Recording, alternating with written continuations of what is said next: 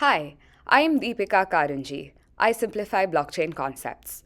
Today we are going to understand how the Hedera Hashgraph consensus works. Hedera is a public distributed ledger technology, or DLT, that is based on the Hashgraph consensus algorithm. A familiar distributed ledger technology example is Bitcoin, that is based on the proof of work consensus algorithm. The Hashgraph consensus algorithm is super cool and built on solid academic research, the links to which will be somewhere in the description below. Hashgraph is extremely fast and allows decentralized transaction processing. The processing here refers to ordering the transactions. Hashgraph can achieve impressive speeds of 100,000 transactions per second, whereas Bitcoin's speed is 7 TPS and Hyperledger Fabric, depending upon configurations, can do between 3,000 to 20,000 transactions per second. But hold on, why is this ordering of transactions important? Let's say we have Alice and Bob who are both bidding at an online auction. Alice bids $500 at a time t1. Bob sees Alice's bid and then, because he really wants to win, he puts in his bid at a time t2 for $600. The real time is t2, but since he wants to win, he will mark his bid or timestamp his bid to be t0, where t0 is a time prior to t1. Hence, Bob wins the online auction because, according to the organizers, his $600 bid came before Alice's $500 bid, and that doesn't seem fair. Correct transaction ordering prevents manipulation, like this scenario. It ensures fairness and instills trust in the system to all the stakeholders. Alright, so how does Hashgraph achieve such impressive speeds whereas traditional blockchains lag far behind? The answer is two-part: gossip about gossip and virtual voting. To understand these concepts, let's first understand how transaction ordering occurs in traditional blockchains. Generally speaking, there are two ways.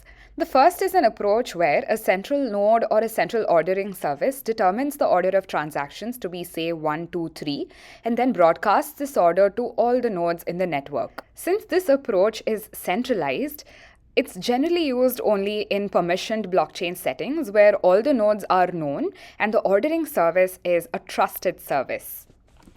The second approach is voting. Bitcoin is a very good example of this voting mechanism.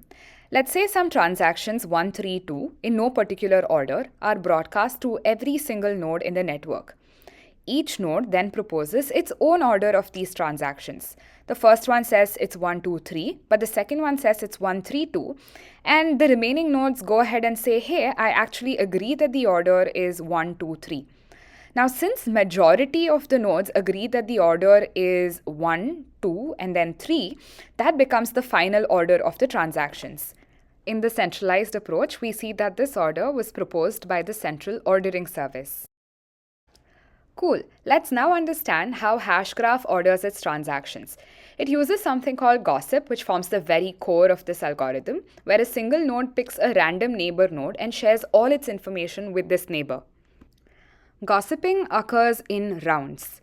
Let's say in round 1, A is an informed node, which is gossiping to node B, so B also becomes an informed node. In round 2, B decides to gossip to C, A gossips with D, and hence both C and D become informed nodes. In round 3, D decides to gossip with, say, E, C gossips with F, B to G, and A to H. By the end of round 3, we see that all the 8 nodes become informed nodes, in that all nodes are now aware about the transaction that A first received and sent to B. Let's do a quick math problem. It took 3 rounds to spread this information regarding a transaction to 8 nodes. So what is the rate at which the information is spreading? It's 2 power n. So if we had, say, 1,000 nodes in a network, how many rounds would it take to actually spread this information? It would be log base 2 of 1,000, that is 10 rounds. So in just 10 rounds, this information would be spread exponentially to every single one of the 1,000 nodes in the network. That's part 1 of what makes Hashgraph consensus algorithms so fast. We'll get into what virtual voting is shortly. We have understood how gossip works at a high level, but Hashgraph goes a step further and does gossip about gossip. The information that is gossiped consists of three parts. One is transaction data, then event metadata, and then hashed summary. The hashed summary is essentially a cryptographic hash of the transaction data and the event metadata. But what does the event metadata contain? The metadata contains the gossiper node's ID, the neighbor that the gossiper node wants to gossip to, when a specific event occurred, and the previous events that this gossiper node already knows about. I generally tend to understand these concepts better with the help of a working example. So let's go ahead and do that. Consider a three-node network, A, B, and C.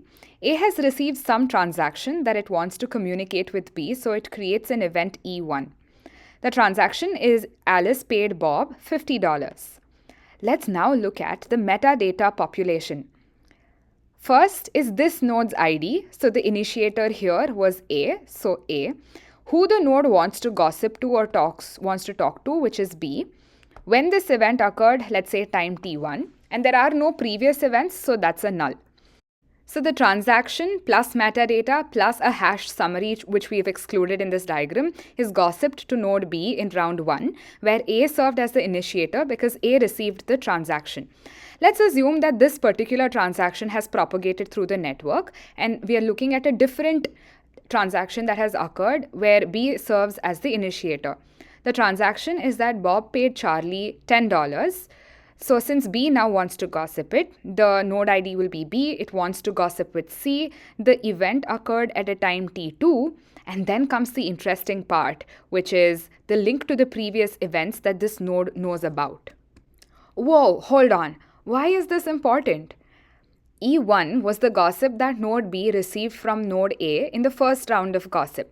And now when a new transaction has come in and B wants to gossip with node C, it's not only including the new transaction B owes C $10, but it's also including information about the previous event E1 that it or B node already knew about.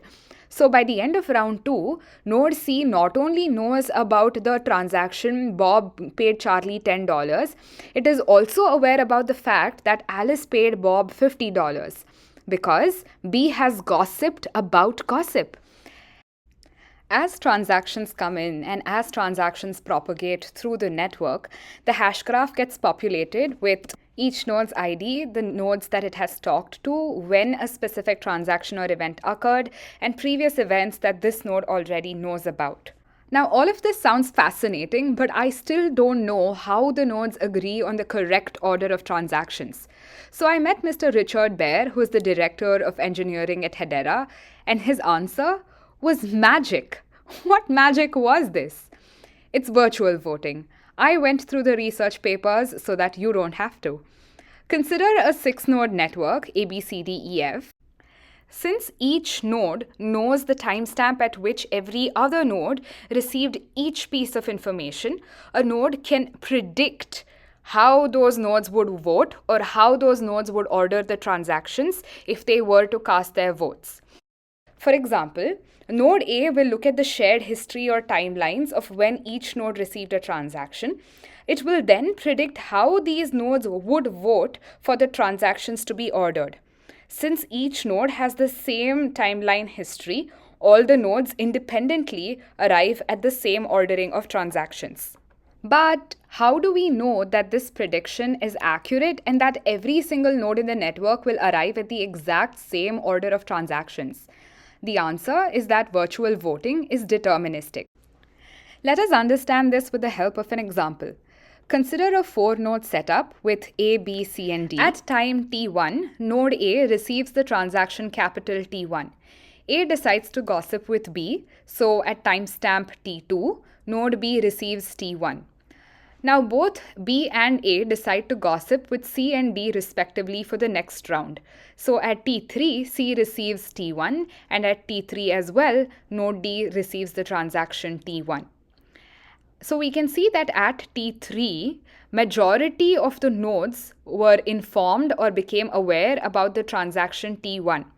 So the hashgraph consensus kind of finalizes the timestamp for T1 to be T3. Now let's also look at a scenario where as T1 is getting finalized at T3, node C receives a new transaction T2.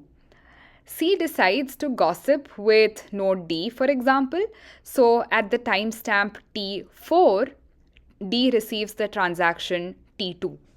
Now for the next round, C gossips with node B. So B receives T2 at a timestamp T5 and D gossips with A. So A receives at T5 the transaction T2. Now again here we see that at the timestamp T5, majority of the nodes are informed or are aware about the transaction T2. Right? So the consensus algorithm finalizes the timestamp for T2 as T5. Please ignore the typo on the screen, my bad. These are the timestamps at which every node received the transaction for the very first time. This timestamp for each node, or the timestamp node mapping, is included in the gossip about gossip. The time at which majority of the nodes receive a transaction is known as the consensus timestamp. In our example, T3 is the consensus timestamp for transaction T1 and T5 for transaction T2. Each node is now aware about the consensus timestamp for every other transaction. Since T1's consensus timestamp is T3 and transaction 2's consensus timestamp is T5, and since T3 comes before T5, and since every node will always deterministically order the transactions as T1 first and then T2 next. So although no messages are exchanged, each node predicts how the other nodes will vote for the order of transactions based on the same shared history. Gossip about gossip allows these nodes to arrive at the same result independently, which is why it is also called virtual voting, because no real votes are cast. This gossip about gossip allows the predictions to be deterministic. I think we can now guess how virtual voting contributes to making the Hashgraph algorithm so fast. So the magic that Mr. Richard was talking about is virtual voting. There are no message overheads associated with it because no communications regarding the ordering of transactions happens between nodes. Each node independently arrives at the right answer or order of transactions, and there is no real votes cast, no voting process that occurs. The Hashgraph consensus algorithm is resilient against attacks related to transaction ordering and leader-based attacks because you really can't reorder the transactions and there is no leader to attack. So bad guys really can't do much when you're using Hedera Hashgraph consensus algorithm. Hope you learned something new today. I know I did. Thanks for watching the video.